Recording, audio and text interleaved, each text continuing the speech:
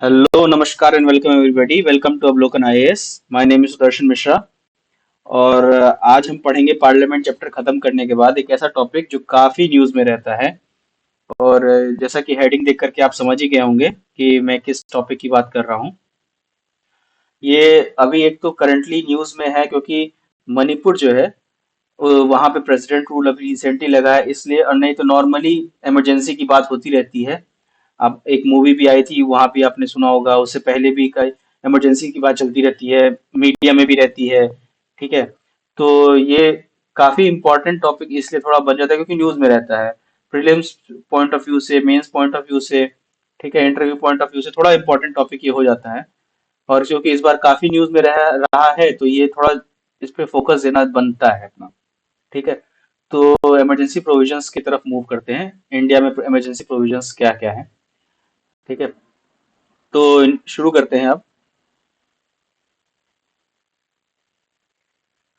सबसे पहला emergency provisions जो है, भारत के कॉन्स्टिट्यूशन के अंदर जो इमरजेंसी प्रोविजंस दिए गए हैं वो एक बहुत ही इंपॉर्टेंट हिस्सा है जो सेंट्रल गवर्नमेंट को क्रिटिकल सिचुएशंस हैंडल करने की पावर देते हैं। ठीक है। तीन तरह की इमरजेंसी प्रोविजंस दिए गए हैं जो कॉन्स्टिट्यूशन में मेंशन्ड है। और अलग अलग थ्रेट्स को टैकल करने के लिए ये इमरजेंसी प्रोविजंस हैं। जैसे एक प्रोविजन है नेशनल सिक्योरिटी को, दूसरा फाइनेंशियल स्टेबिलिटी को, और तीसरा कॉन्स्टिट्यूशनल ऑर्डर को प्रोटेक्ट करने के लिए दिया हुआ है। ठीक है। इमरजेंसी प्रोविजन का मतलब क्या होता है? इमरजेंसी प्रोविजन सुन तो रहे हैं काफी ज्यादा, लेकिन इसका मतलब क्या है? तो देखो, पॉलिटिक्स के कॉन्टेक्स्ट में जो है, इमरजेंसी प्रोविजन का मतलब होता है कि ऐसे लीगल मेजर्स जो गवर्नमेंट को एक्स्ट्रा ऑर्डिनरी सिचुएशन जैसे वॉर हुआ, रिबेलियन हुआ, या किसी और क्राइसिस में क्विक और इफेक्टिव डिसीजंस लेने की पावर देते हैं। और ये प्रोविजंस जो होते हैं एग्जीक्यूटिव ब्रांच को टेम्पररी पावर्स देते हैं, जैसे जिससे वो रेगुलर लीगल प्रोसीजर्स को बाईपास कर सके और कुछ राइट्स और फ्रीडम्स को रेस्ट्रिक्ट करते हुए ऐसे पॉलिसीज का इम्प्लीमेंटेशन कर सके जो नॉर्मल कंडीशंस में नहीं हो सकती। ठीक है। तो इस तरह की इमरजेंसी प्रोविजंस का मतलब होता है कि temporary deviations from normal constitutional procedures, ताकि क्राइसिस को इफेक्टिवली हैंडल किया जा सके। अब ये हुआ अपना इमरजेंसी प्रोविजंस का मतलब। ठीक है। और ये जो इमरजेंसी प्रोविजंस हैं ये इंडियन कॉन्स्टिट्यूशन में वेमर कॉन्स्टिट्यूशन ऑफ जर्मनी से बोरो किए, यानी जर्मनी से बोरो किए गए हैं। ठीक है। जर्मनी कॉन्स्टिट्यूशन को वेमर कॉन्स्टिट्यूशन कहते हैं। तो आगे देखते हैं इमरजेंसी प्रोविजन से जुड़े हुए कुछ कॉन्स्टिट्यूशनल आर्टिकल्स। आर्टिकल 352 जो है, अच्छा ये आर्टिकल, इसमें से कुछ आर्टिकल्स आपको याद करने जरूरी है क्योंकि वर्ड बाय वर्ड ऐसे क्वेश्चन आते हैं कि ये आर्टिकल किस इमरजेंसी को रेफर करता है। ठीक है। आर्टिकल 350 से लेकर 360 352 से लेकर 360 तक आपको सारे आर्टिकल्स याद नहीं करने हैं।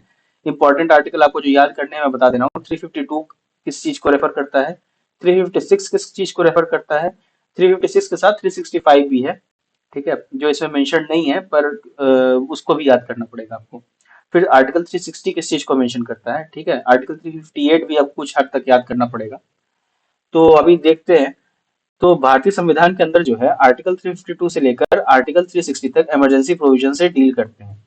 कॉन्स्टिट्यूशन ने तीन तरह की इमरजेंसी अलाउ की हुई है। और ये कुछ इंपॉर्टेंट प्रोविजंस मैं एक बार बोलते चला जा रहा हूँ, आप ध्यान रखना।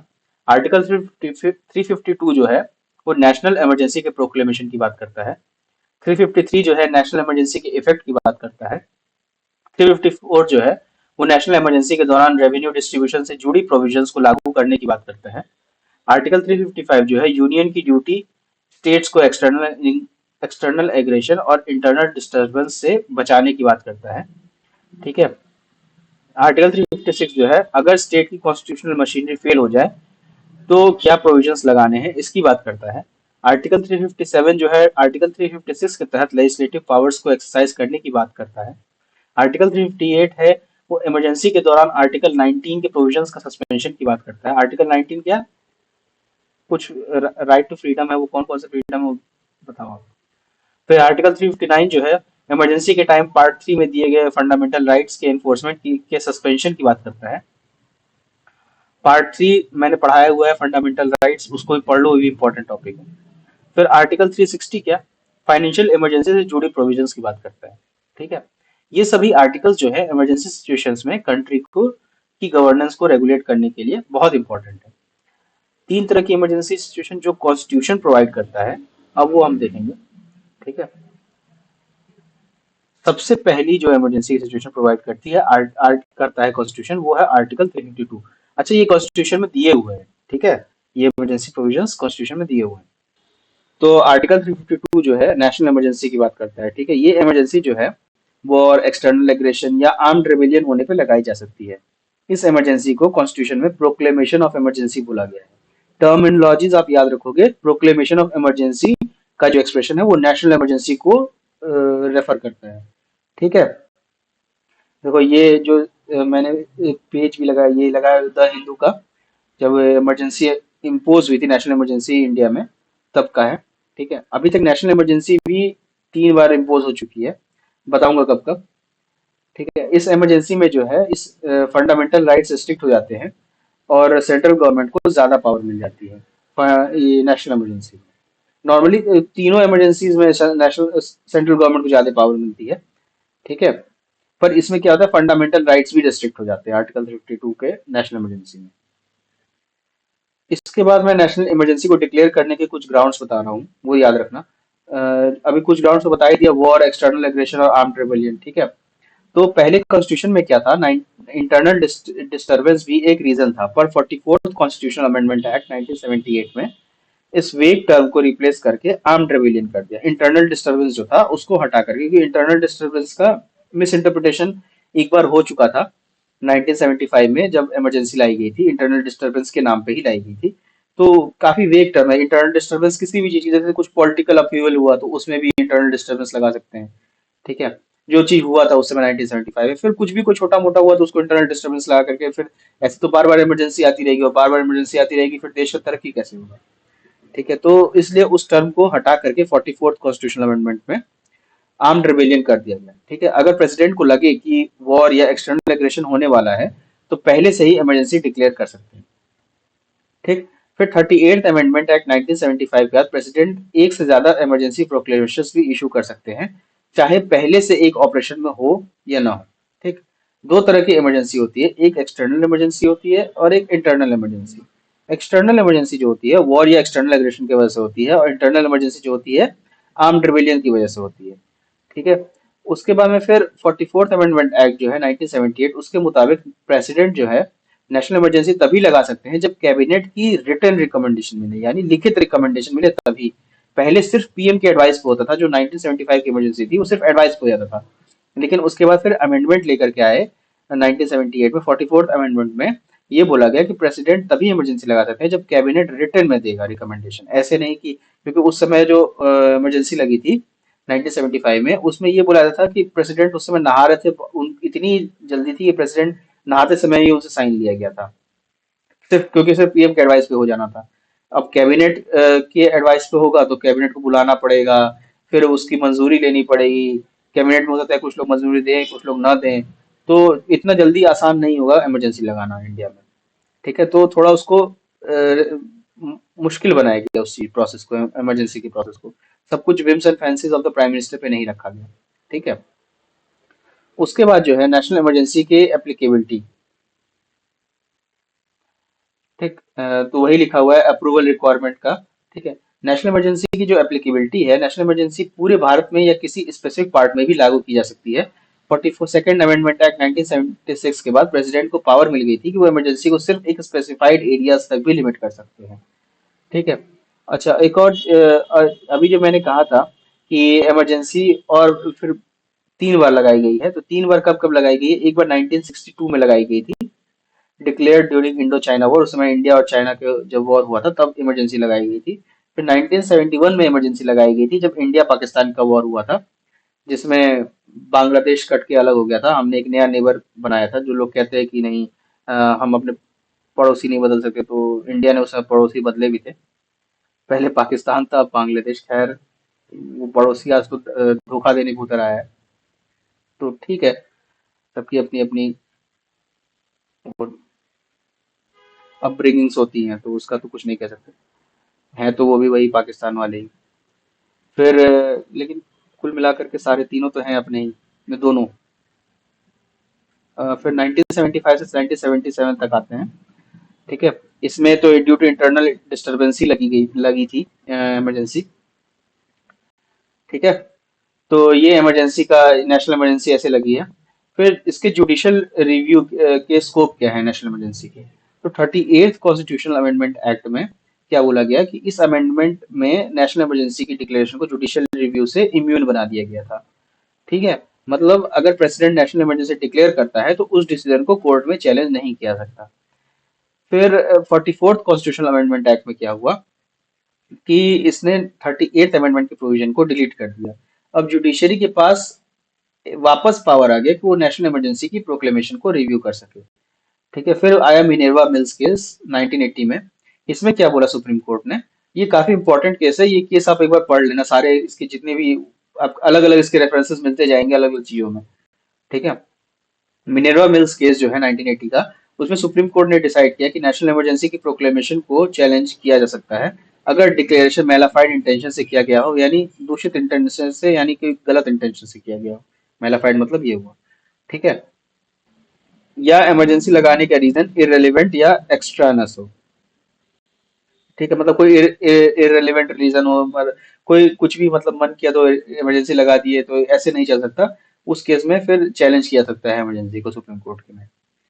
फिर पार्लियामेंट्री अप्रूवल, अगर प्रेसिडेंट का प्रोक्लेमेशन दोनों हाउसेज ऑफ पार्लियामेंट से एक मंथ के अंदर अप्रूव होना चाहिए। इमरजेंसी को लगाने के लिए जो पार्लियामेंट्री अप्रूवल का जो प्रोसेस है वो ऐसा ही है कि प्रेसिडेंट के प्रोक्लेमेशन दोनों हाउसेज ऑफ पार्लियामेंट यानी लोकसभा और राज्यसभा से एक मंथ के अंदर अप्रूव हो जाना चाहिए। पहले ये 2 मंथ का टाइम था, जो 44th अमेंडमेंट एक्ट 1978 के बाद एक मंथ कर दिया गया। अगर इमरजेंसी डिक्लेयर होने के बाद लोकसभा डिसॉल्व हो जाती है तो नए लोकसभा से पहले सेशन के 30 दिन तक इमरजेंसी वैलिड रहेगी, जब तक राज्यसभा उसको अप्रूव कर चुकी हो। ठीक है, तभी होगा वैलिड। तो नेशनल इमरजेंसी का लोकसभा और स्टेट असेंबलीज पे कुछ असर वो भी बता देता हूँ मैं आपको। अच्छा, नेशनल इमरजेंसी मैं थोड़ा डिटेल में इसलिए पढ़ा रहा हूँ क्योंकि इमरजेंसी नेशनल इमरजेंसी भी न्यूज में रही है मूवी की वजह से। तो देखा गया पुराने कुछ साल में यूपीएससी कुछ क्वेश्चंस ऐसे पूछ भी लेता है, मूवीज वगैरह से भी कुछ इधर उधर से भी एक आध दो क्वेश्चन उठा के पूछ लेता है। तो इसलिए जो चीज मूवीज अगर न्यूज में ज्यादा रही है तो उससे, तो इसलिए मैं थोड़ा नेशनल इमरजेंसी पढ़ा रहा था। इसका मतलब ये नहीं कि आप सारी मूवीज बैठ के देखने लग जाओ, जो इंपॉर्टेंट टॉपिक रहेगा वो बता दिया जाएगा आपको, बस उतना ही पढ़ना है, उससे आगे नहीं जाना है। ठीक है, नेशनल इमरजेंसी का लोकसभा और स्टेट असेंबलीज पे क्या असर होता है। लोकसभा का टर्म जो है वो 5 साल से बढ़ाया जा सकता है नेशनल इमरजेंसी के केस में, और हर बार 1 साल के लिए भी बढ़ा 1 साल के लिए ही बढ़ाया जाता है, चाहे जितनी बार चाहे। पर ये एक्सटेंशन जो है इमरजेंसी खत्म होने के 6 महीने बाद तक ही रहता है। उसके बाद यही सेम चीज स्टेट असेंबलीज के लिए भी रूल है, हर बार 1 साल तक का ही एक्सटेंशन होता है, पर इमरजेंसी के 6 महीने बाद तक ही। ठीक है, इमरजेंसी खत्म होगा उसका 6 महीने के बाद ही 6 महीने के बाद ही इलेक्शन करवाना जरूरी है। ये मैंने बताया भी था आपको जब लोकसभा की पावर्स बढ़ा रहा था आपको तब। फिर नेशनल इमरजेंसी का फंडामेंटल राइट्स पे क्या इफेक्ट पड़ता है ये बता देता हूँ मैं। नेशनल इमरजेंसी के दौरान जो है कुछ फंडामेंटल राइट सस्पेंड हो जाते हैं। मेनली आर्टिकल 358 यानी राइट टू फ्रीडम, आर्टिकल 19 का सस्पेंड होना, जैसे कि जैसे ही इमरजेंसी डिक्लेयर होती है आर्टिकल 19 के जो 6 फंडामेंटल राइट्स हैं वो ऑटोमेटिकली सस्पेंड हो जाते हैं। फिर आप ये नहीं बोल सकते कि मेरे पास राइट टू फॉर्म एसोसिएशन है, मेरे पास फ्रीडम ऑफ एक्सप्रेशन है, मेरे पास right to move freely throughout the country है। तो ये सब आपके राइट्स ऑटोमेटिक सस्पेंड हो जाती हैं। अगर आप कुछ इधर उधर करोगे तो उसके उन राइट्स का इस्तेमाल लेकर के आप कोर्ट पे नहीं जा सकते कि आपका ये राइट हनन हुआ है तो सीधे कोर्ट में पहुंच गए, तो वो नहीं हो सकता उस समय इमरजेंसी के दौरान स्पेशली। ठीक है, इसके लिए कोई अलग ऑर्डर भी जरूरी नहीं होता। अगर स्टेट किसी भी तरीके के कानून बना सकती है उस समय कि जो आर्टिकल 19 के अगेंस्ट होता है। ठीक है, इमरजेंसी जैसे ही खत्म होता है आर्टिकल 19 ऑटोमेटिकली रिवाइव हो जाता है। जैसे उसके लिए ऐसा जरूरी नहीं कि जैसे लोकसभा का ये की लोकसभा का एक्सटेंशन चल रहा है तो 6 महीने के बाद फिर होना, 6 महीने के अंदर इलेक्शन कराना है, तो ऐसा नहीं है। जैसे मान लो आपकी इमरजेंसी आज के डेट में खत्म होती है तो आज ही के डेट में ऑटोमेटिकली आपकी आर्टिकल 19 रिवाइव हो जाएगी। ठीक है, अच्छा एक और चीज, कि इमरजेंसी पीरियड में जो लॉज बनाए गए हैं या एक्शन लिए गए हैं उनको चैलेंज भी नहीं किया सकता कोर्ट में। ठीक है, तो ये भी क्वेश्चन आपसे यूपीएससी पूछ सकता है कि it can be challenge in court, क्योंकि जुडिशियल रिव्यू पे ही उठा के सवाल पूछेगा अगर नेशनल नेशनल इमरजेंसी से पूछेगा तो ये पोर्शन इसलिए थोड़ा ज्यादा इंपॉर्टेंट हो जाता है, तो आप ध्यान रखना जो मैं बोल रहा हूँ उसको रिगार्डिंग। ठीक है, फिर 44th अमेंडमेंट एक्ट जो है 1978 के बाद कुछ चेंजेस आए उसमें इमरजेंसी प्रोविजंस में। वो ये था कि आर्टिकल 19 जो है वॉर एक्सटर्नल एग्रेशन की वजह से सस्पेंड हो सकता है, आर्म्ड रिवेलियन पे नहीं। अगर मान लो कोई आर्म्ड रिवेलियन कहीं हो रहा है तो उस केस में आर्टिकल 19 आपका सस्पेंशन नहीं होगा, आर्टिकल 19 चलेगा। और सिर्फ वही लॉज और एग्जीक्यूटिव एक्शंस प्रोटेक्ट होंगे जो इमरजेंसी से डायरेक्ट रिलेटेड होंगे। ठीक है, सारे एक्शंस नहीं प्रोटेक्ट किए जाएंगे। जैसे अभी मैंने बताया था ना कि इमरजेंसी पे जो लॉज बनाए हैं वो एक्शन लिए हैं, उनको चैलेंज नहीं कर सकते।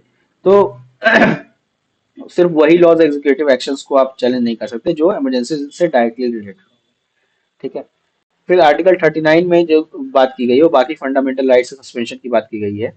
प्रेसिडेंट अगर ऑर्डर पास करते हैं किसी फंडामेंटल राइट्स को एनफोर्स करने का या राइट सस्पेंड कर सकते हैं, ये प्रेसिडेंट के पास पावर रखती है कि कोई फंडामेंटल राइट को एनफोर्स कर सकते हैं इमरजेंसी के दौरान या उसको सस्पेंड करवा सकते हैं, ठीक है। या ये ऑर्डर जो है पार्लियामेंट के दोनों हाउसेस में प्रेजेंट किया जाता है, और सस्पेंशन पूरे देश या किसी पर्टिकुलर एरिया में भी लागू हो सकता है। ऐसा जरूरी नहीं कि पूरे एक बार अगर ऑर्डर पास हुआ तो पूरे देश में ही उसको लागू करना है, नहीं, किसी पर्टिकुलर एरिया में जैसे आर्म्ड रिविलियन तो वहीं पे अगर आपका ये नेशनल इमरजेंसी चल रहा है तो वहीं पे ही लागू होगा, उसके बाहर लागू होना जरूरी नहीं, ठीक है। इसके बाद एक छोटा सा बस वो रहता है कि आर्टिकल 44th अमेंडमेंट एक्ट जो है 1978 में, ये कुछ इंपॉर्टेंट चेंजेस और लेकर के आया। जैसे आर्टिकल 20 और आर्टिकल 21 जो है ये कभी भी सस्पेंड नहीं होगा। आर्टिकल 20 क्या है? Protection against the conviction in offences, मैंने समझाया हुआ है फंडामेंटल राइट्स में। आर्टिकल 21 है right to life and personal liberty, ये काफी बड़ा इसका स्कोप है आर्टिकल 21 का, ये भी मैंने समझाया हुआ है, ये भी आप पढ़ लें जा करके, ठीक है। और सिर्फ वही लॉज एंड एक्शन चैलेंज की जाएंगी कि ये नहीं जा सकते जो इमरजेंसी डायरेक्टली रिलेटेड है, ठीक है, डायरेक्टली रिलेटेड है। तो यहाँ आपकी जो है नेशनल इमरजेंसी खत्म होती है। देखो, भारत के कॉन्स्टिट्यूशन में दी गई 3 इमरजेंसी प्रोविजंस जो मैंने लास्ट लेक्चर में बताया था, उसमें से एक प्रेसिडेंट्स रूल है, ठीक है। इसमें से ये सेंट्रल गवर्नमेंट के लिए एक पावरफुल टूल है जो स्टेट लेवल पे गवर्नेंस के फेलियर या कॉन्स्टिट्यूशनल ब्रेकडाउन को एड्रेस करने के लिए यूज होता है। हालांकि इसका मिसयूज भी काफी क्रिटिसाइज किया गया है, पर ये एक इंपॉर्टेंट मैकेनिज्म है जो कॉन्स्टिट्यूशनल ऑर्डर को मेंटेन करता है, गवर्नेंस को स्मूथली चलाने के लिए और सिटीजन्स के इंटरेस्ट को प्रोटेक्ट करने के लिए जरूरी भी है। जैसे अभी मणिपुर में कितना बवाल हो रहा था, तो उसको प्रोटेक्ट करने के लिए, वहां के सिटीजन्स के इंटरेस्ट प्रोटेक्ट करने के लिए कितने लोग वहां मारे गए। तो ये इंपॉर्टेंट स्टेप था कि यहाँ प्रेसिडेंट्स रूल की जरूरत थी, ये काफी पहले हो जाना चाहिए था, लेकिन ठीक है, देर आए दुरुस्त है। प्रेसिडेंट रूल का मतलब क्या होता है? अभी द हिंदू में भी आप देखोगे काफी न्यूज आर्टिकल इसके बारे में छप रहे हैं, तो उसको पढ़ते रहना, ऐसा बढ़िया ही आपको आइडिया ही मिलेगा उससे, ठीक है। तो मैं अभी शॉर्ट में बता देता हूँ यहाँ पे प्रेसिडेंट रूल का मतलब क्या होता है। प्रेसिडेंट्स रूल यानी आर्टिकल 356 में तब लगाया जाता है जब एक स्टेट का कॉन्स्टिट्यूशनल मशीनरी फेल हो जाती है और स्टेट गवर्नमेंट अपने कॉन्स्टिट्यूशनल फ्रेमवर्क के मुताबिक काम नहीं कर सकते। इस दौरान क्या होता है कि स्टेट की ऑटोनॉमी टेम्पररी सस्पेंड हो जाती है और सेंट्रल गवर्नमेंट को डायरेक्ट कंट्रोल मिल जाता है। इसे इसे गवर्नर्स रूल या कॉन्स्टिट्यूशनल इमरजेंसी या स्टेट इमरजेंसी भी कहा जाता है, पर इंडियन कॉन्स्टिट्यूशन में इसे इमरजेंसी नहीं बोला गया है, ठीक है। फेलियर ऑफ कॉन्स्टिट्यूशनल मशीनरी बोला गया है। जो प्रेसिडेंट्स रूल है इसके लिए वर्ड इमरजेंसी का इस्तेमाल नहीं हुआ है, ठीक। अभी मैंने कुछ देर पहले बताया था कि प्रोक्लेमेशन ऑफ इमरजेंसी किसके लिए इस्तेमाल हुई है, मतलब लास्ट लेक्चर में। तो जिन्होंने लास्ट लेक्चर ध्यान से सुना है वो कमेंट में लिख करके दो कि प्रोक्लेमेशन ऑफ इमरजेंसी किसके लिए इस्तेमाल हुआ है, ठीक है। अच्छा, इससे आर्टिकल 356 रिलेटेड एक और आर्टिकल है 365। तो याद रखने का एक तरीका है, 356 तो आपको याद रहना चाहिए क्योंकि बहुत ज्यादा न्यूज में रहता है, ठीक है। जिनको नहीं याद है फिर भी आप याद करो, रट्टा मारो इसका अगर नहीं याद हो रहा है तो, क्योंकि 356 जितना न्यूज में रहता है इसको वैसे भी आपको याद रहना चाहिए, बचपन से याद हो जाता है युवाओं को, ठीक है। और 365 हो सकता है ना याद हो, तो उसको आपको याद करने का तरीका बस यही है कि 56 का डिजिट्स रिवर्स कर दोगे आप। 56 की जगह 6 को इधर कर दो, 5 को इधर, 365। 356 के साथ 365, 356 के साथ 365 साथ में आ जाता है, ठीक है। 365 यानी 365 में क्या होता है कि सेंटर की डायरेक्शंस को फॉलो ना करने पर प्रेसिडेंट्स रूल की बात की गई उसमें, ठीक है।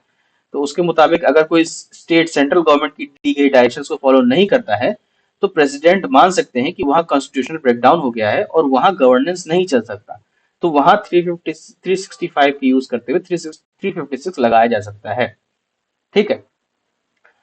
फिर पार्लियामेंट्री अप्रूवल जो होता है प्रेसिडेंट रूल का, प्रेसिडेंट रूल लगाने के बाद दोनों हाउसेज में दोनों हाउसेज ऑफ पार्लियामेंट में यानी लोकसभा और राज्यसभा से 2 महीने के अंदर अप्रूवल लेना जरूरी होता है। और नेशनल इमरजेंसी के दौरान कितना है, कंपैरिजन करते रहो अपने दिमाग में। मैंने बताया था नेशनल इमरजेंसी के दौरान पहले 2 महीने था उसका भी, लेकिन उसको घटा के 1 महीना कर दिया गया, ठीक है। किस अमेंडमेंट के अंतर्गत 1 महीना कर दिया गया, ये बात आपको लिखनी है कमेंट में, ये भी मैंने समझाया है, ठीक है। अगर इस दौरान जैसे अगर 2 महीने के दौरान लोकसभा डिसॉल्व हो जाती है तो नए लोकसभा के पहले सिटिंग के 30 दिन के अंदर तक प्रेसिडेंट रूल वैलिड रहेगा, बस राज्यसभा ने उसको अप्रूव किया हो, ठीक है। तो यहाँ आपको राज्यसभा की इंपॉर्टेंस पता चली मैंने पार्लियामेंट पढ़ाया था तो राज्यसभा की इंपॉर्टेंस बताया था। तो वहां पे देखो, यहाँ आपको इंपॉर्टेंस दिख रही होगी राज्यसभा की। ठीक। तो प्रेसिडेंट्स रूल का जो स्टेट पर क्या इफेक्ट पड़ता है? हाँ, तो सॉरी, ये स्लाइड नहीं बदला था मैंने। तो प्रेसिडेंट्स रूल का जो स्टेट पे क्या इफेक्ट पड़ता है? स्टेट एग्जीक्यूटिव पर जो इफेक्ट पड़ता है वो प्रेसिडेंट, चीफ मिनिस्टर और उसकी काउंसिल ऑफ मिनिस्टर्स को डिसमिस कर देते हैं। ठीक है। यानी चीफ मिनिस्टर और काउंसिल ऑफ मिनिस्टर डिसॉल्व हो जाती है प्रेसिडेंट्स रूल के टाइम में। ठीक है। फिर गवर्नर और प्रेसिडेंट के बिहाफ पर स्टेट की एडमिनिस्ट्रेशन, गवर्नर जो है प्रेसिडेंट के बिहाफ पर स्टेट की एडमिनिस्ट्रेशन चलाता है, जैसे कि आप अभी देख रहे होंगे।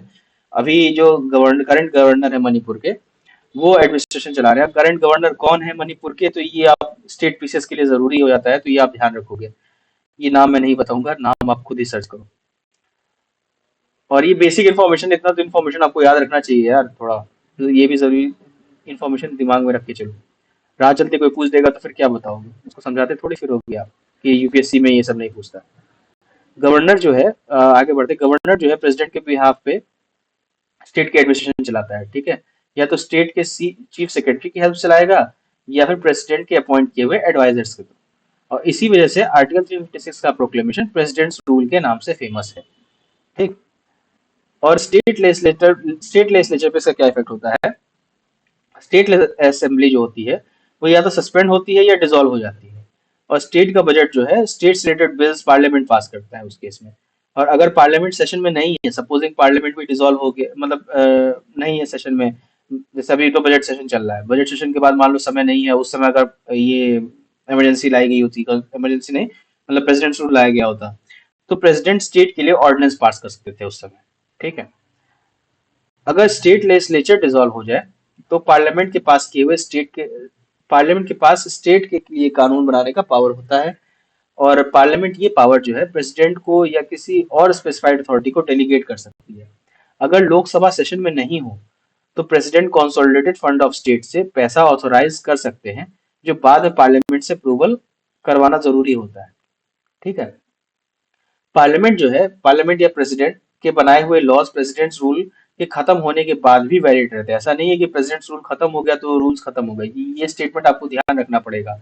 ठीक है, क्योंकि ये ऐसे पूछ सकता है उसमें कि जैसे ही वो खत्म हो गया, प्रेसिडेंट्स रूल खत्म हो गया तो लॉज इनवैलिड हो जाएंगे क्या? नहीं, इनवैलिड नहीं होंगे, उसके बाद भी वैलिड रहेंगे। क्यों वैलिड रहेंगे? क्योंकि वो पार्लियामेंट से पास होकर के आते हैं, तो वैलिड तो ऑब्वियस सी बात रहेंगी। तो और ये लॉज जो है स्टेट लेजिस्लेचर के द्वारा रिपील या अल्टर किए जा सकते हैं। जैसे सपोज उस समय पास होकर के आ गए, बाद में अगर इमरजेंसी हटी, फिर नई सरकार बनी स्टेट में, तो स्टेट लेजिस्लेचर के पास ये पावर होता है कि उसको वो जो प्रेसिडेंट के बनाए हुए लॉज हैं, अगर स्टेट के हिसाब से नहीं हुए, स्टेट को लगा कि नहीं हमारे हिसाब से नहीं है ये, और ये मजबूरी में उस समय बनाए गए थे, अब इनकी जरूरत नहीं है, तो उसको रिपील कर सकती है। या उसमें कुछ चेंजेस अगर चाहिए कि नहीं, लॉस तो सेम है, कुछ चेंज इसमें ले आते तो और बढ़िया हो जाएगा, तो उसको अल्टर भी कर सकती है, या री इनेक्ट भी कर सकती है। ठीक है। उसको ये लगे कि नहीं, ये तो इमरजेंसी के टाइम का लॉ है, तो नहीं, इसको मैं अपने हमारी सरकार आई है तो इसको हम अपने नाम से इसको शुरू करेंगे, तो उसको री इनेक्ट भी करा सकती है। ठीक है। ये तो स्टेट लेजिस्लेचर पे इफेक्ट बता दिया मैंने। फिर उसके बाद में फिर स्टेट जुडिशरी पे क्या इफेक्ट पड़ता है? स्टेट जुडिशरी पे इस पर कोई इफेक्ट नहीं पड़ता। प्रेसिडेंट के पास हाई कोर्ट के पावर्स अपने कंट्रोल में लेने का या उसके प्रोविजन सस्पेंड करने का कोई राइट नहीं होता, तो हाई कोर्ट एज यूजुअल चलती रहती है। ठीक है। उसके बाद में फिर क्या होता है कि आर्टिकल 356 को लेकर के एक मेजर रिकमेंडेशंस आई हुई थी। देखो, सुप्रीम कोर्ट की रूलिंग भी है, SR Bommai union of India 1994 की, रिकमेंडेशंस के बाद बता दूंगा मैं। तो इसमें क्या हुआ है, जो प्रेसिडेंट्स रूल है, इम्पोजिशन अगर हुआ है तो वो सब्जेक्ट टू जुडिशियल रिव्यू है, उसको लेकर के कोर्ट में जुडिशियल सुप्रीम कोर्ट जो है उसको जुडिशियल रिव्यू के दायरे में रख के उसको देख सकती है कि सही तरीके से इम्प्लीमेंट हुआ है कि नहीं हुआ है। ठीक है। और कोर्ट को जो है, कोर्ट के पास ये भी पावर है कि वो जो प्रोक्लेमेशन है जुडी इसका प्रेसिडेंट्स रूल का, उसको स्ट्राइक डाउन कर सकती है। ठीक है। जो अगर वो उसको लगता है कि ये अनकॉन्स्टिट्यूशनल है या मेलाफाइड इंटेंशन से हुआ है। ठीक। क्योंकि कई बार आप अगर लक्ष्मीकांत पढ़ोगे तो उसमें दिया भी हुआ है, बिहार में एक टाइम पे बात बात पे हर 6 महीने पे, साल भर में ये प्रेसिडेंट रूल लग जाता था, और काफी मेलाफाइड इंटेंशन वे होती थी उस समय, तो इस वजह से भी लगता था। उसके बाद में फिर क्या कहते हैं, कुछ तो जरूरी भी था क्योंकि कॉन्स्टिट्यूशनल मशीनरी उस समय ब्रेक डाउन हुई थी। तो उस समय भी जरूरी था, उसके लिए भी जरूरी था। और कुछ तो मतलब इसलिए बस कई बार प्रेसिडेंट रूल इसलिए लगा दिया गया क्योंकि केंद्र में किसी और की सरकार है, राज्य में किसी और की सरकार है, तो हम देख नहीं सकते, तो इसलिए बस इसी वजह से आकर के वहां पे प्रेसिडेंट रूल लगा के वहां सरकार चेंज कर दी कि सारी सत्ता केंद्र के पास आ जाए। ऐसा भी कई बार हुआ है। तो अगर ऐसा कोई मेलाफाइड इंटेंशन है तो कोर्ट स्ट्राइक डाउन कर सकती है। कोर्ट के पास, सुप्रीम कोर्ट के पास ये पावर है। उसने मतलब S R Bommai versus union of India 1994 की जजमेंट में ऐसा उसने कह दिया था। ठीक है। फिर कुछ रिकमेंडेशंस पे आता हूँ कि कुछ रिकमेंडेशंस है इसके रिगार्डिंग, प्रेसिडेंट रूल के रिगार्डिंग। पंची कमीशन की रिकमेंडेशन, सरकारिया कमीशन की, इंटर स्टेट काउंसिल की, और national commission to review the working of constitution के। ठीक है। इन सबके जो रिकमेंडेशंस है, मैं रिकमेंडेशन बोल दे रहा हूँ एक बार, क्या क्या रिकमेंडेशंस किस किसकी हैं। तो देखो, पंची कमीशन की जो रिकमेंडेशन है वो इमरजेंसी, वो ये बोलती है कि इमरजेंसी को पूरा स्टेट पर अप्लाई करने की जगह सिर्फ लोकलाइज्ड एरिया जैसे कि डिस्ट्रिक्ट या डिस्ट्रिक्ट के कुछ हिस्से तक ही सीमित करना चाहिए। पूरे स्टेट पे इमरजेंसी नहीं लगाना चाहिए। ये रिकमेंडेशन जो है आपके मेंस आंसर राइटिंग में काम करेंगे। प्रीलिम्स में इसका उतना इम्पोर्टेंस, मतलब इस तरह के ये पूछ सकता है कि भाई कौन कौन सी कमेटी ने रिकमेंडेशन दिए हैं इसके रिगार्डिंग। ठीक है। या फिर एक आध दो लाइन देकर पूछ सकता है मैच द फॉलोइंग में कि इसमें आप रिगार्डिंग प्रेसिडेंट्स रूल कौन कौन से रिकमेंडेशन किस किसने दिए हैं, ऐसे करके। तो ये पंची कमीशन की रिकमेंडेशन, मेन रिकमेंडेशन में बता रहा हूँ। ठीक है। और एक और इसने बोला था कि इमरजेंसी की ड्यूरेशन मैक्सिमम 3 महीने तक की होनी चाहिए। ऐसा नहीं कि सालों साल चलती चली जा रही है इमरजेंसी, जैसा कि बिहार में होता था। ठीक है। फिर सरकारिया कमीशन की रिकमेंडेशन की बात है। सरकारिया कमीशन ने आर्टिकल 356 को डिलीट करने की सलाह नहीं दी, बल्कि इसका मिसयूज रोकने के लिए कुछ स्ट्रिक्ट मेजर सजेस्ट किए। आर्टिकल 356 सिर्फ लास्ट रिजॉर्ट के तौर पे यूज होना चाहिए, जब सारे अल्टरनेटिव फेल हो जाए। जैसा कि अभी हमने मणिपुर में देखा कि जब सारे अल्टरनेटिव फेल हो गए, बातचीत का तरीका हर जगह से फेल हो गया, तब फिर last as a last resort article 356 का इस्तेमाल किया गया। सिर्फ हालांकि सिर्फ 4 कंडीशन में प्रेसिडेंट रूल इम्पोज हो सकता है, जैसे सरकारी कमीशन के हिसाब से। पॉलिटिकल क्राइसिस में, इंटरनल सबवर्जन में, यानी अगर स्टेट किसी तरह से एंटी नेशनल एक्टिविटी करने में लग जाए तो, स्टेट यानी जो स्टेट गवर्नमेंट है। फिजिकल ब्रेकडाउन में, फिर स्टेट गवर्नमेंट सेंट्रल गवर्नमेंट के कॉन्स्टिट्यूशनल डायरेक्शंस को फॉलो ना करे, यानी स्टेट को पहले एक स्पेसिफिक वार्निंग दी जानी चाहिए उसके बाद, और पहले दूसरे ऑप्शंस को एक्सप्लोर होना चाहिए, ताकि कि प्रेसिडेंशियल रूल तुरंत ना लग जाए। ठीक है। दूसरा, आर्टिकल 356 लगाने का रीजन और फैक्ट्स प्रोक्लेमेशन में क्लियरली मेंशन होना चाहिए, ताकि पार्लियामेंट इसका सही से रिव्यू कर सके। उसके बाद उसने रिकमेंड किया था कि गवर्नर की रिपोर्ट एक स्पीकिंग डॉक्यूमेंट होनी चाहिए जो कि पब्लिकली एसेसेबल हो। ठीक है। और स्टेट गवर्नमेंट को पहले अपनी पोजीशन क्लेरिफाई करने का मौका मिलना चाहिए आर्टिकल 356 लगाने से पहले। फिर एक और रिकमेंडेशन उसने दिया था अगला, कि लेजिस्लेटिव असेंबली को बिना डिसॉल्व किए प्रेसिडेंट्स रूल लगाने की रिकमेंडेशन होनी चाहिए, और जुडिशियल रिव्यू को स्ट्रांग बनाने के लिए कॉन्स्टिट्यूशन में अमेंडमेंट की जानी चाहिए। ठीक है। फिर सरकारी कमीशन के रिकमेंडेशंस के बेसिस पे 1990 में इंटर काउंसिल्स रिकमेंडेशन का फॉर्मेशन हुआ। ठीक है। अब इंटर काउंसिल रिकमेंडेशन क्या क्या दी थी? प्रेसिडेंट्स रूल की प्रोक्लेमेशन को 2 महीने के बजाय सिर्फ 1 महीने में रेटिफाई करना चाहिए। गवर्नर की रिपोर्ट एक स्पीकिंग डॉक्यूमेंट होनी चाहिए, यानी पब्लिकली एसेसेबल होना चाहिए। स्टेट को पहले वार्न करना जरूरी है, और बिना वार्निंग के प्रेसिडेंट्स रूल नहीं लगाना चाहिए। फिर अगला क्या बोला कि प्रेसिडेंट्स रूल लगाने के लिए एक स्पेशल मेजोरिटी की जरूरत होनी चाहिए। ठीक। तो ये 3 रिकमेंडेशन हो गए। उसके बाद आती है national commission to review the working of constitution की रिकमेंडेशन, NCRWC। ठीक है। इसने क्या बोला कि आर्टिकल 356 को डिलीट नहीं करना चाहिए, पर इसका यूज सिर्फ एक्सट्रीम सिचुएशन में और एज अ लास्ट रिजॉर्ट के रूप में ही होना चाहिए। फिर गवर्नर की रिपोर्ट जो है एक क्लियर और फैक्चुअल डॉक्यूमेंट होनी चाहिए, जिसमें सारे रीजन स्पेसिफाई किए गए हैं। और अगर पॉलिटिकल क्राइसिस हो तो स्टेट को पहले अपनी सिचुएशन क्लैरिफाई करने का मौका देना चाहिए, जब तक कि ये नेशनल सिक्योरिटी या डिफेंस का कॉम्प्रोमाइज ना करे। ठीक है। फिर आर्टिकल 356 के में अमेंडमेंट होनी चाहिए, ताकि स्टेट लेजिस्लेटिव असेंबली बिना पार्लियामेंट के अप्रूवल के डिसॉल्व ना हो। और SR बोम्मई केस के अकॉर्डिंग मतलब ये बात की गई थी कि 1994 के जजमेंट के मुताबिक। ठीक है। अगर मिनिस्ट्री पर मेजोरिटी लूज होने के का डाउट हो, ठीक है, अगर स्टेट की मिनिस्ट्री पर मेजोरिटी लूज होने का डाउट हो, तो इसका डिसीजन असेंबली के फ्लोर पर ही होना चाहिए। ऐसा नहीं कि असेंबली की बात उठ करके पार्लियामेंट में आ रही है। असेंबली का डिसीजन असेंबली के फ्लोर पर ही होना चाहिए। ठीक है, तो ये मेजर रिकमेंडेशंस थी इन चारों की रिगार्डिंग प्रेसिडेंट्स रूल। ठीक है, तो यहाँ आपका प्रेसिडेंट्स रूल में जो भी टॉपिक्स होते हैं वो मैंने कवर कर दिए हैं। इसके अलावा प्रेसिडेंट्स रूल में कुछ बचता नहीं है। बाकी डेली न्यूज कमेंट्री जो आती रहती है द हिंदू में, उसको आप पढ़ते रहो। ठीक है, फिर लास्ट बचता है आपका फाइनेंशियल इमरजेंसी।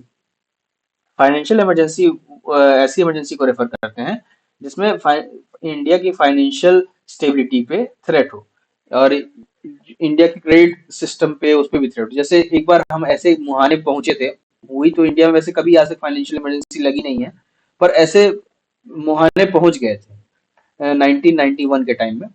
ठीक है, इसमें क्या होता है कि फाइनेंशियल इमरजेंसी के केस में कि जो एक्सपेंशन होता है यूनियन के एग्जीक्यूटिव पावर का, स्टेट के फाइनेंशियल अफेयर्स पे भी एक्सपेंशन हो जाता है। यूनियन के पास पूरी पावर आती है कि स्टेट के फाइनेंशियल अफेयर्स को भी कंट्रोल कर सके। ठीक है, और इसमें जो रिडक्शन होता है वो सरकारी अधिकारियों के, सरकारी कर्मचारियों के, जितने भी स्टेट के कर्मचारी हुए, चाहे सेंट्रल कर्मचारी हुए, चाहे मिनिस्टर्स हुए, उन सब के रिडक्शन इन पे और उनके बेनिफिट्स पे रिडक्शन, मतलब कम हो जाती है उनके पे और बेनिफिट्स। ठीक है, अभी जैसे हमारा एक पड़ोसी देश है, वो इसी से जूझ रहा है, फाइनेंशियल इमरजेंसी के लमसम उसी मुहाने पे ही है। वो तो कितने साल से है, क्या पता नहीं चिंता कैसे है। उसके बाद में फिर after being approved by legislature, जितने भी लेजिस्लेचर से अप्रूव, स्टेट लेजिस्लेचर से अप्रूव हुए हैं, जितने भी मनी बिल हैं, वो प्रेसिडेंट्स के अप्रूवल के लिए रिजर्व किए जाते हैं, उसके गवर्नर ने प्रेसिडेंट्स के अप्रूवल के लिए। ठीक है, तो ये होता है फाइनेंशियल इमरजेंसी में। और चूंकि अभी तक इंडिया में हुआ नहीं, तो इतना इम्पोर्टेंट नहीं है ये। इसको आप चाहो तो इग्नोर कर सकते हो, लेकिन एकदम ही ऐसा मत इग्नोर करना। थोड़ा सा बस पढ़ लेना कि मान लो एक आध क्वेश्चन आ गया, कोई पॉइंट ही आ गया उसमें, तो वो आप एलिमिनेट कर पाओ उसको पढ़ के। ठीक है, तो यहाँ पे आपकी जो है इमरजेंसी का खत्म होता है। अब हम कुछ प्रीवियस क्वेश्चंस देखेंगे। देखो 2022 में ही क्वेश्चन आया हुआ है, which of the following is are exclusive powers of Lok Sabha. ये पार्लियामेंट के चैप्टर इमरजेंसी से मिला के देखो कैसे पूछा है। To ratify the declaration of emergency, to pass a motion of no confidence against council of ministers, to impeach the president of India. जिन्होंने पार्लियामेंट पढ़ा है वो इसका जवाब दे सकते हैं। ठीक है, आप इसका जवाब दो कमेंट में। उसके बाद फिर दूसरा क्वेश्चन है, which of the following are not necessarily the consequence of proclamation of the president's rule in state.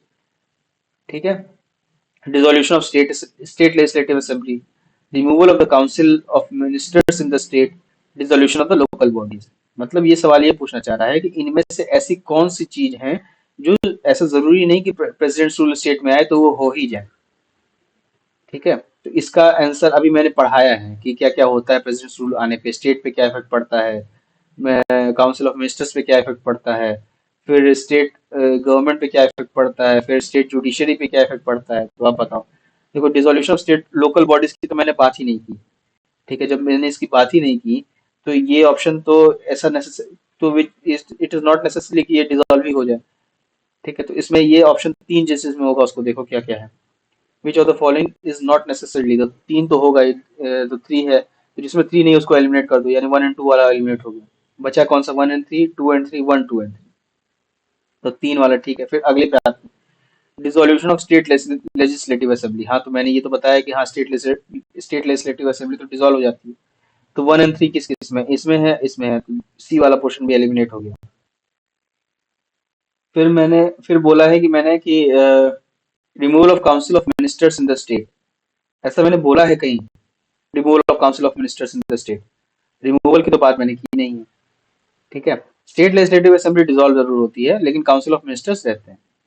तो इसका आंसर क्या होगा, अब पता ही चल गया होगा, B, one and three only. ठीक है, sorry sorry sorry sorry sorry sorry, removal of council of ministers होते हैं, सॉरी सॉरी, एक्सट्रीमली सॉरी, दिमाग में कुछ आ जाता है। Removal of council of ministers का रिमूवल होता है। ठीक है, dissolution of state legislative assembly जरूरी नहीं है कि डिसॉल्व हो ही जाए, रहती भी है डिसॉल्व, ऑटोमेटिक डिसॉल्व नहीं होती है, अगर सरकार चाहे तो कर सकती है, लेकिन ऐसा जरूरी नहीं है कि डिसॉल्व करे ही। ठीक है, और तो इसीलिए वन एंड थ्री इसका आंसर होगा, बी पार्ट। ठीक है, इस वाले क्वेश्चन पे आते हैं। Which of the following is are the exclusive powers of Lok Sabha. ठीक है, to ratify the declaration of emergency. हाँ, ये पावर तो लोकसभा के पास ही है। इज आर एक्सक्लूसिव पावर्स, ये पावर तो लोकसभा के पास है, लेकिन एक्सक्लूसिव पावर है क्या? एक्सक्लूसिव इज द कीवर्ड है। ठीक है, to pass the motion no confidence against the council of ministers. हाँ, ये पावर तो सिर्फ लोकसभा के पास है, ये राज्यसभा के पास पावर नहीं है। तो टू ऑप्शन जिसमें है उसको रखेंगे, और जिसमें टू नहीं है उसको हटा देंगे। इसमें टू नहीं है, इसमें टू नहीं है, तो टू ओनली वाला सही है। ठीक है, यानी तीसरा स्टेटमेंट तो ऑटोमेटिक ऐसे गड़बड़ गलत हो जा रहा है। और to impeach the president of India, ये भी एक्सक्लूसिव पावर इसकी नहीं है, राज्यसभा के पास भी इसके पास इसके रिगार्डिंग पावर है। ठीक है, तो हम क्या कहते हैं, इसीलिए तीसरा ऑप्शन तो ऐसे ही गलत हो जा रहा है। तो वन एंड टू ओनली और टू ओनली का ऑप्शन बचता है। To ratify the declaration of emergency exclusive power है लोकसभा के क्या? नहीं, ऐसा एक्सक्लूसिव पावर नहीं है। काउंसिल ऑफ मिनिस्टर्स को होता है, तो जरूरी नहीं है कि लोकसभा में काउंसिल ऑफ, जितने भी काउंसिल ऑफ मिनिस्टर्स सारे लोकसभा से हो, राज्यसभा से भी हो सकते हैं। तो इसलिए वन एंड टू इसका क्या कहते हैं, ये एक्सक्लूसिव पावर नहीं हुआ लोकसभा का, तो वन पोर्शन वन वाला ऑप्शन ऐसे ही गलत हो जाएगा। बचेगा टू ओनली, तो इसका आंसर होगा बी, टू ओनली। ठीक है, तो यहाँ पे ये आपका लेक्चर खत्म होता है इमरजेंसी का। ठीक है, इसके बाद आपका इमरजेंसी में कुछ बचता नहीं है, इमरजेंसी खत्म हो गई। आई होप मणिपुर में भी जल्दी खत्म हो जाए और सब कुछ नॉर्मल हो जाए, क्योंकि वो भी हमारे देश के भाई लोग काफी देर से, काफी दिनों से परेशान है वो। और आप लोग भी प्रे करो कि जल्दी वहाँ पे सब कुछ नॉर्मल सिचुएशन पे आ जाए। ठीक है, तो तब आज के लिए बस इतना ही। आप लोग पढ़ो लक्ष्मीकांत, इमरजेंसी लेक्चर पढ़ लेना, और जो भी दिक्कत हो परेशानी हो वो आप व्हाट्सएप पे पूछ लेना, टेलीग्राम या फिर इंस्टाग्राम पे डीएम करके पूछ लेना। ठीक है, तब तक के लिए धन्यवाद। जय हिंद।